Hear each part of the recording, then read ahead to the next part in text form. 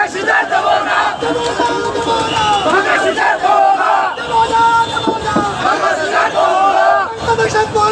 বিদেশিদের দেব না।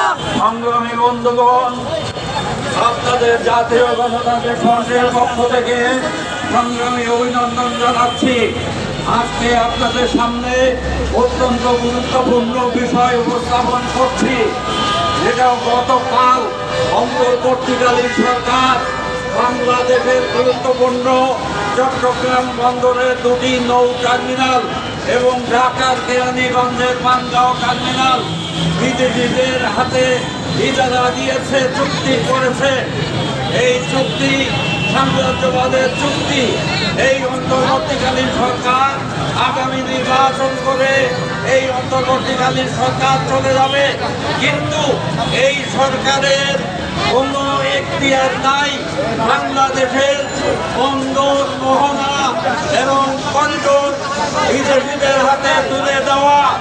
আজকে ৭১ পরবর্তী ৫৪ বছর হয়ে গেছে আমরা বাংলাদেশে যারা আছি, কেন বাংলাদেশের সরকার একের পর এক গতিতে বসেছে, কিন্তু এই বন্দর এবং অন্যান্য যা কিছু করা সেগুলো তারা করতে পারে নাই কেন?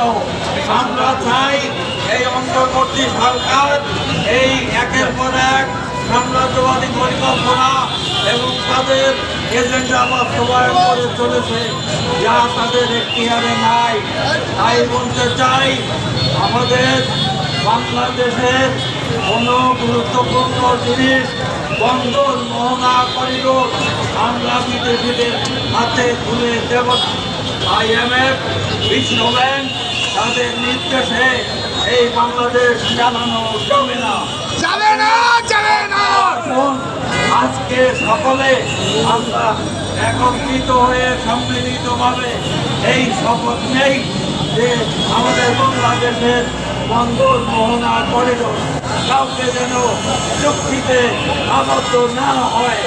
আমরা এই সরকারের কাছে তাই আশা করব, অন্যথায় আমরা আরো বড় ধরনের মিছিল এবং লড়াই করে যাব। এই বলে আমি আমার বক্তব্য এখানে শেষ করছি। আপনাদের আমাদের আজকের মিছিল এবং সবাই এখানে ধন্যবাদ আপনাদের।